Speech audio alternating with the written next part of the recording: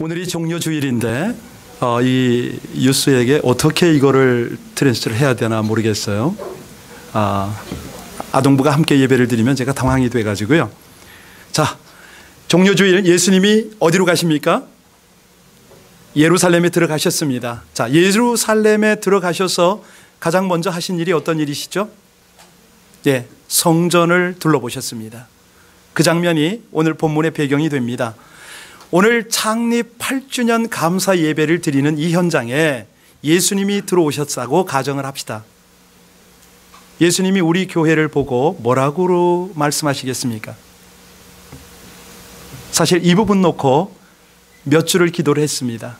하나님이 지금 이곳에 오시면, 주의 교회에 지금 들어오시면 주의 몸된 교회를 보고 뭐라 말씀하시겠습니까? 하고 몇 주를 기도를 했습니다. 가끔 내가 기쁘다, 수고한다, 격려와 위로를 받을 때가 있어요. 그게 강한 감동으로 옵니다. 그런데 여러분은 좀 하나님의 교회를 보면서 지금 어떤 느낌을 가지시는지 질문하고 싶습니다. 과연 여러분이 속한 교회가 되었던, 오늘 방문으로 오신 분이 되었던 교회를 보는 여러분의 느낌, 마음은 어떠십니까? 하나님의 은혜는요, 당신의 몸된 교회를 위해서 마음을 쏟을 때 놀라운 계시로 함께 하세요. 임재와 하나님의 깨달음으로 함께 하세요. 저 같은 경우에는 지난 8년 동안 우리 교회를 거쳐간 많은 분들이 떠오르더라고요. 여러분 놀라지 마세요. 우리 교회를 거쳐가신 분들이 엄청납니다.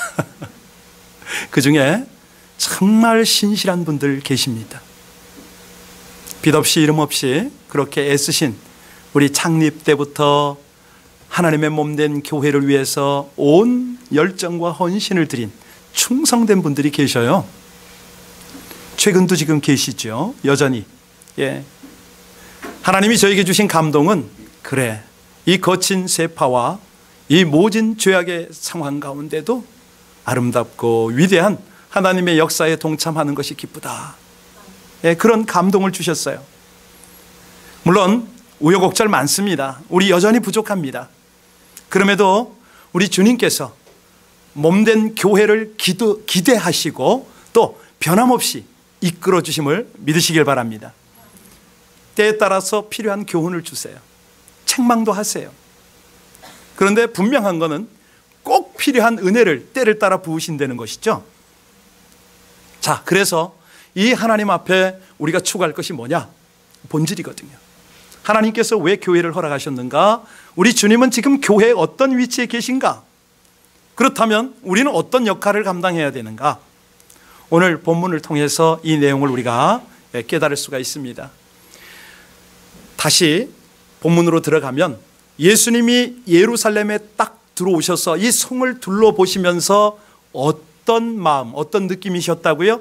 우리 42절부터 44절까지를 다시 한번 봉독합니다. 본문 봉독하십니다. 42절부터입니다. 시작. 이르시되 너는 오늘 평화에 관한 일을 알았더라면 좋을 뻔하였거니와 지금 내 눈에 숨겨졌도다. 날이 이를지라 내 원수들이 토둔을 쌓고 너를 둘러 사면으로 가두고 또 너와 및 그 가운데 있는 내 자식들을 땅에 메어 치며 돌 하나도 돌 위에 남기지 아니하리니 이는 내가 보살핌을 받는 나를 알지 못함을 인함이니라. 이게 지금 뭐냐면 예수님이 보니까 예루살렘 성이 눈에 보이는데 앞으로 되어질 일이 예수님에게 보인 거예요. 성이 돌로 지어졌잖아요. 이 돌이 다 없어지는 거예요. 막 공격을 당해가지고 성이 무너져요. 그런데 그 성에 살던 사람들이 적군에게 붙잡혀서 애들을 땅바닥에 막 내리치는 거야. 죽겠죠? 피가 사방에 터져나가겠죠? 그 처참한 광경을 우리 예수님이 지금 보고 계십니다. 이제 곧 여기 있는 거민들도 많이 죽고 포로로 잡혀갈 것이고 이 성은 지금 흔적조차 없이 사라질 것이다. 이 무시무시한 말씀을, 예언을 지금 하고 계세요. 그런데 예루살렘 성 사람들은 어떻다고요? 감각 없습니다. 에이, 종말이 언제 옵니까? 무슨 전쟁이요? 전쟁 못 일으킵니다.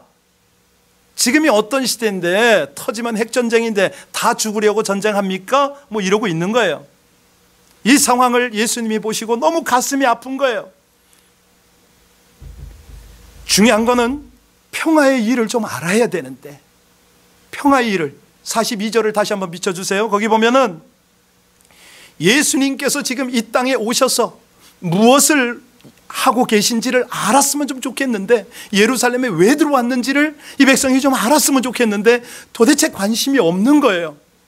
예수님이 예루살렘 성에 왜 들어가셨습니까? 이 종려주일에 마지막 예루살렘 방문을 왜 하셨다고요? 예, 십자가에 못 박히기 위해서 들어가셨습니다. 자, 왜 못 박히시나요? 하나님의 위대한 통치를 이루시려고. 그 위대한 통치는 뭡니까?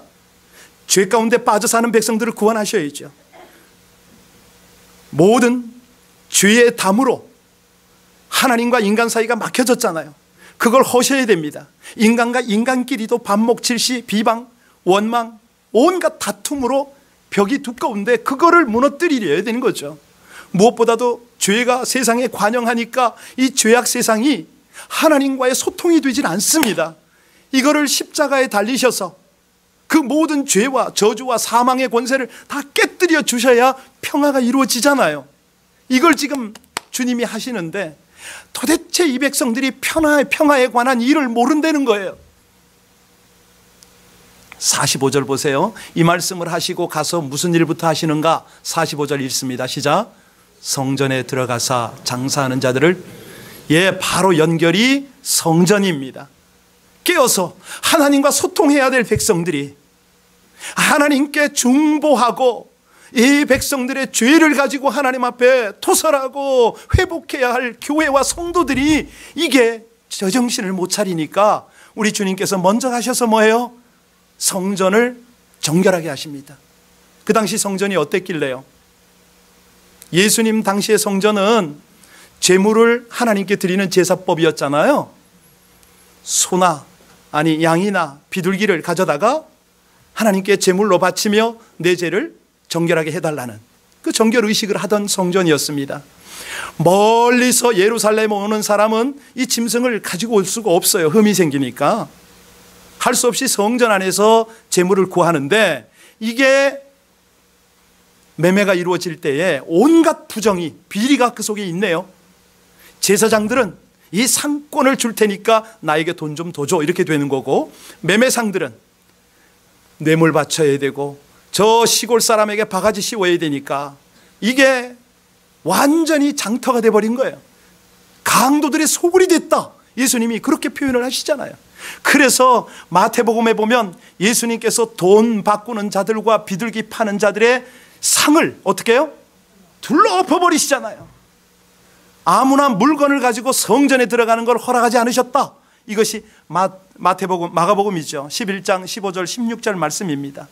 자, 이 상황을 우리가 배경을 보면서 우리에게 주시는 하나님의 교훈이 뭐냐 찾아 들어가야죠. 첫째, 예루살렘의 이 메시지가 뭐냐면요, 참 평화의 통치자를 영접하라, 이거 아닙니까? 사실이요, 예수님이 예루살렘에 딱 나타났을 때 모든 사람들의 관심과 기대는 뭐죠? 이제 메시아가 왔다, 정치적으로 우리를 해방시킬 거다, 로마의 압제에서 해방시킬 거고 이 가난에서 우리를 벗어나게 할 것이다. 그런데 우리 예수님은 어떤 메시아로 갔어요? 예, 인간 사이에, 하나님 사이에 평화를 이룰 메시아로 가신 거 아닙니까? 하나님과의 참 평화를 이루는 것이, 이것이 이 땅에 살지만 하나님의 다스림을, 위대한 다스림을 받는 일이다. 이걸 예수님은 갖고 가셨는데, 사람들은 눈에 보이는 것만 가지고 또 자기에게 필요한 것만 가지고 자꾸 예수님을 그렇게 요구합니다. 자, 그래서요, 지금 성전을 방금 보셨잖아요.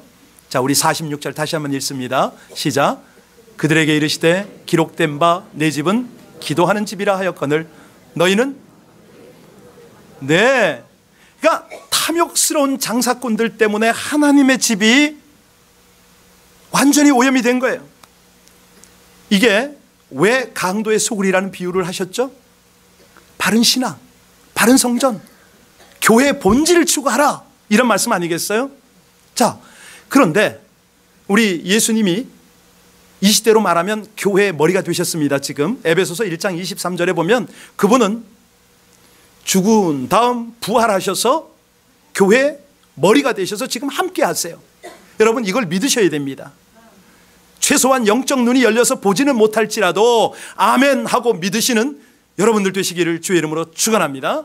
자, 그렇습니다. 이 예수님이요, 우리 교회에 함께 하시는 목적이 뭐죠? 진리를 가르치고 싶으신 거예요. 그리고 예수님의 온갖 놀라운 그 역사들을 경험하게 하시는 것이 그분의 목적인 거예요. 왜? 세상의 증인이 되어야 하니까.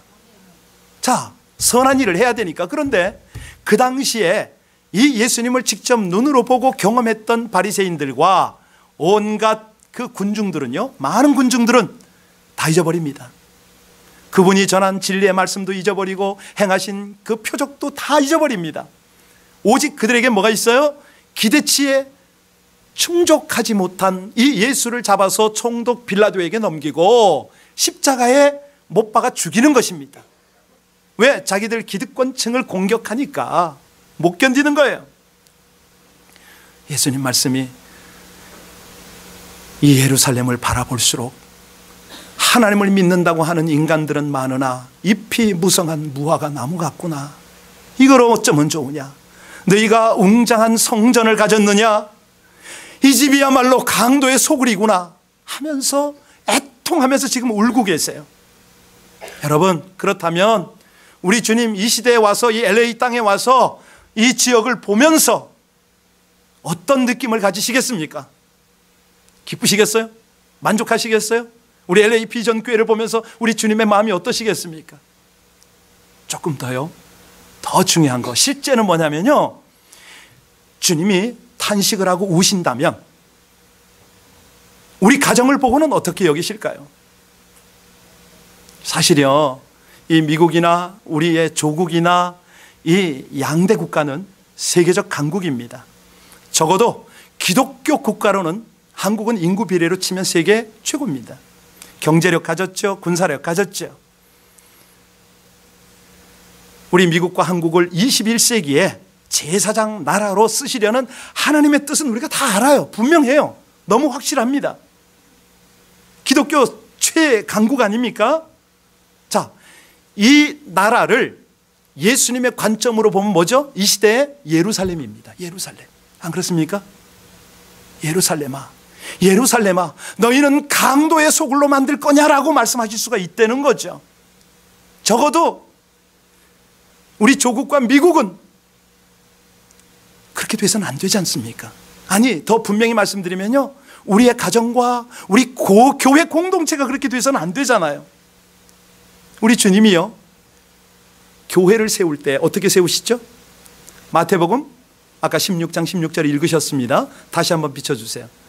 자, 교회가 어디서 출발이 되는가? 시작. 또 내가 내게 이르노니 너는 베드로라. 내가 이 반석 위에 내 교회를 세우리니 음부의 권세가, 무슨 말씀이죠? 예, 음부의 권세를 이기는 역할을 하라 이거 아닙니까? 역할 좀 하라 이거, 역할. 여러분, 교회는요 더 이상 세상 기관 아닙니다. 음부의 권세가 세상이고요, 우리는 영적 기관이에요. 영적 예루살렘이에요. 사실 엊그저께 어느 분이 그래요, 저보고. 김 목사님, 새벽기도 끝난 다음에 라파엘 파크에 가면 배드민턴 하는 그런 팀이 있는데 조인 좀 하실래요? 그러더라고요. 제가 뭐라고 그랬겠어요? 저 운동 나름대로 하는데요. 사람이 만든 기관이 있습니다. 이거는 금방 없어져요.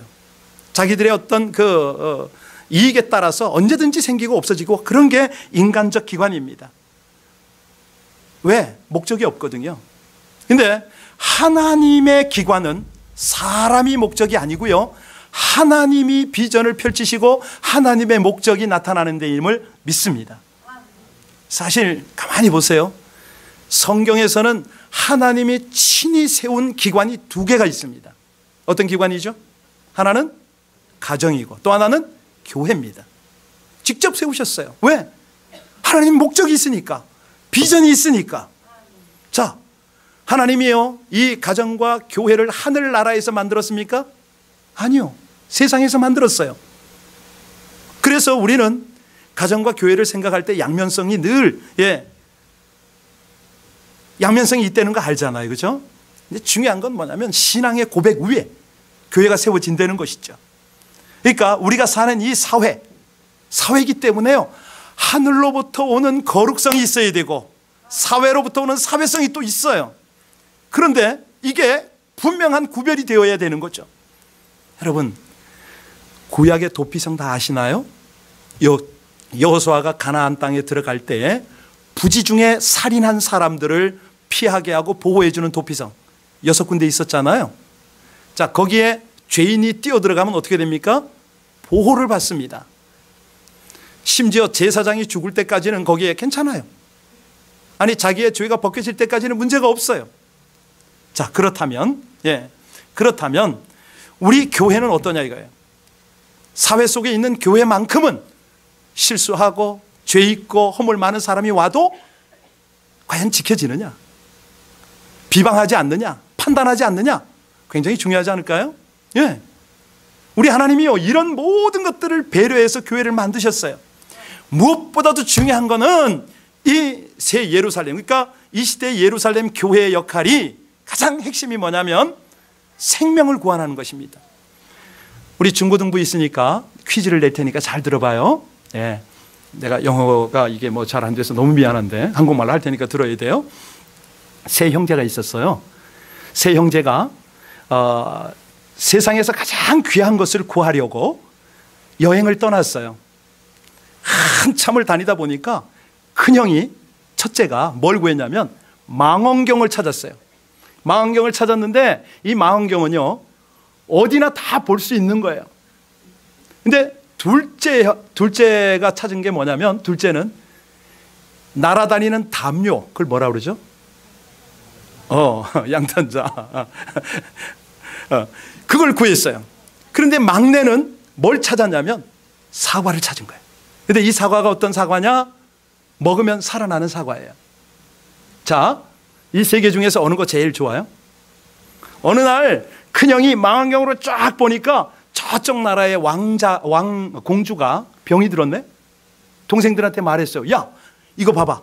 이 망원경으로 보니까 저 공주 한 사람 죽어가는데 어떻게 하면 좋지? 그랬더니 둘째가 양탄자 타고 날아가면 되지 뭐 하고 셋이서 쫙 타고 날아갔어요. 도착했는데 어떻게 살렸을까요? 그렇죠. 사과를 줬더니 딱 공주가 살아났어요. 그러면 임금이, 왕이 세 사람 중에 누구를 사위 삼았을까요? 셋째. 어떻게 알았어요? 그렇죠. 큰형은 망원경 그대로 있고 둘째도 양탄자 그대로 있는데 막내는 사과가 없어졌잖아요. 그러니까 왕자로 삼을만, 부마로 삼을만 하죠. 여러분, 이게 무슨 얘기냐면 교회가 가장 중요하게 해야 되는 일이 영혼 살리는 겁니다.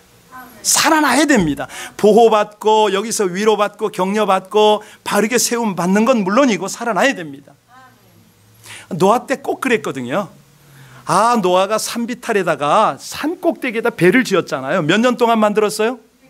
와, 10년 20년 하니까 사람들이 저거 미쳤다고 그랬거든요. 100년이 지나가니까 쟤는 완전히 그랬어요.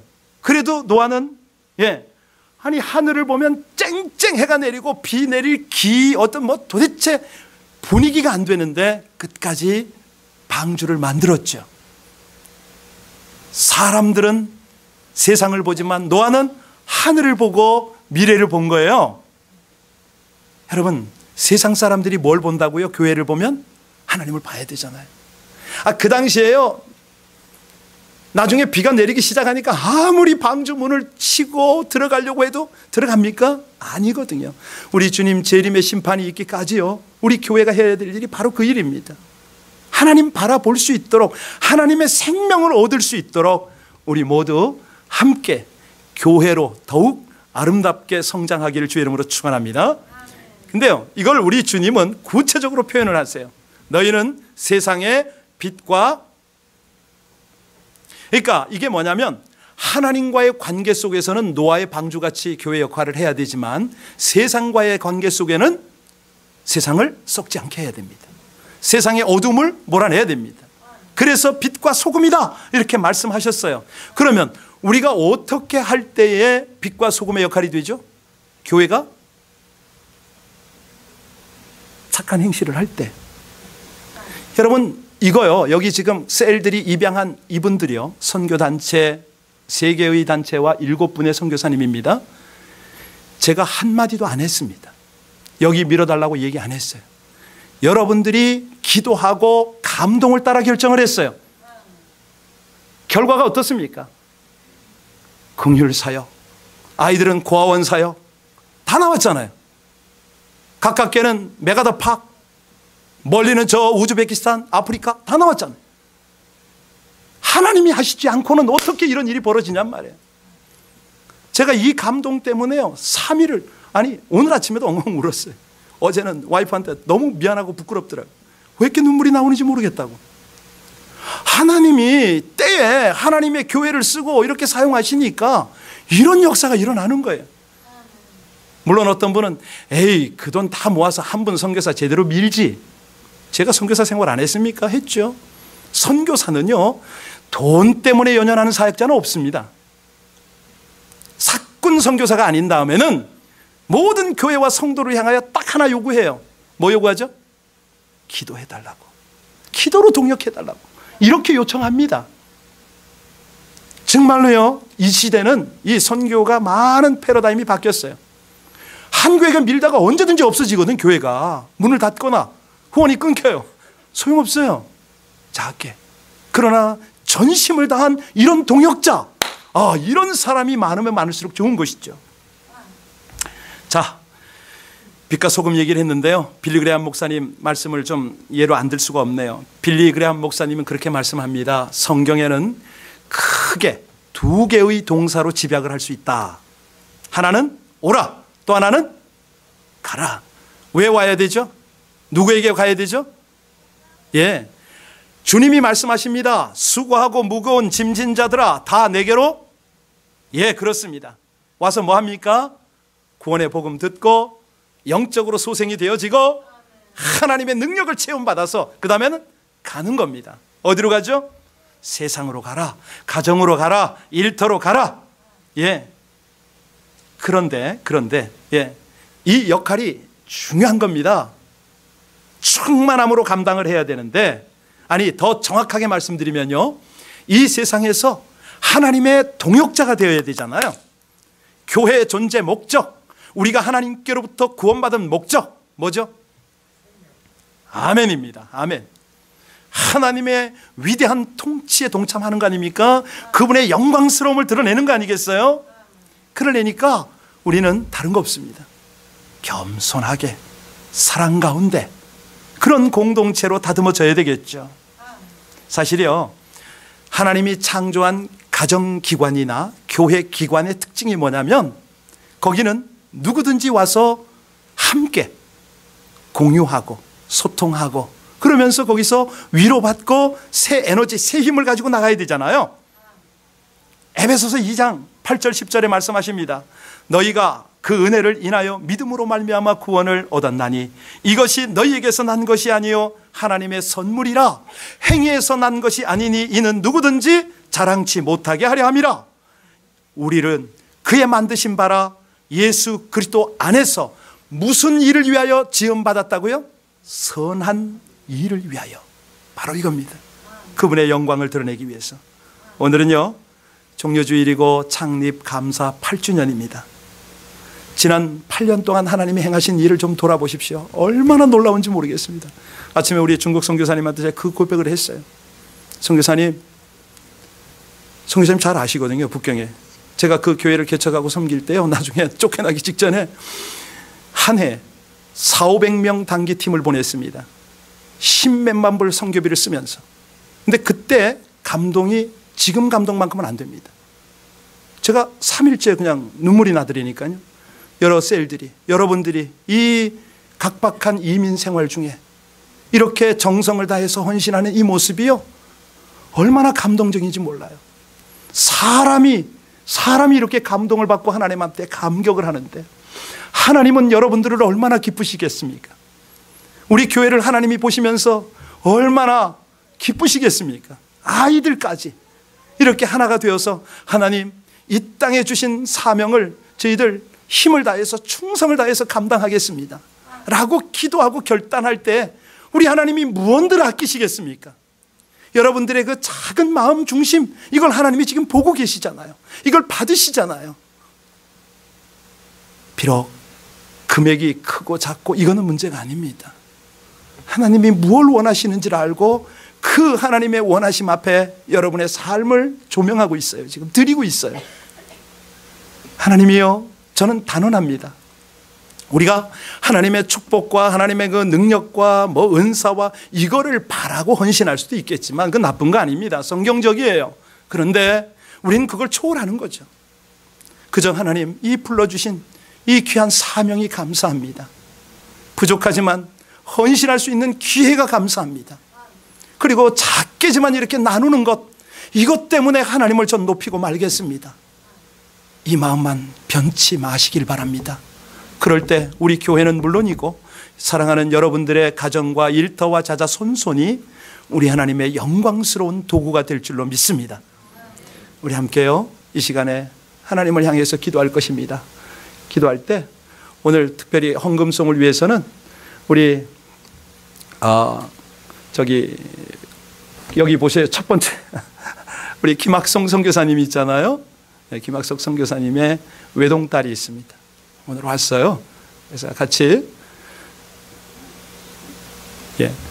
우리 함께 먼저 기도하고요. 세팅이 될 때까지 함께 같이 우리 간절히 기도하겠습니다. 하나님, 너무 기쁘고 감사합니다. 무엇보다도 위대한 통치, 그 평화의 통치를 받도록 예루살렘에, 우리 가정에, 우리 교회에 오신 주님을 환영합니다. 감사합니다.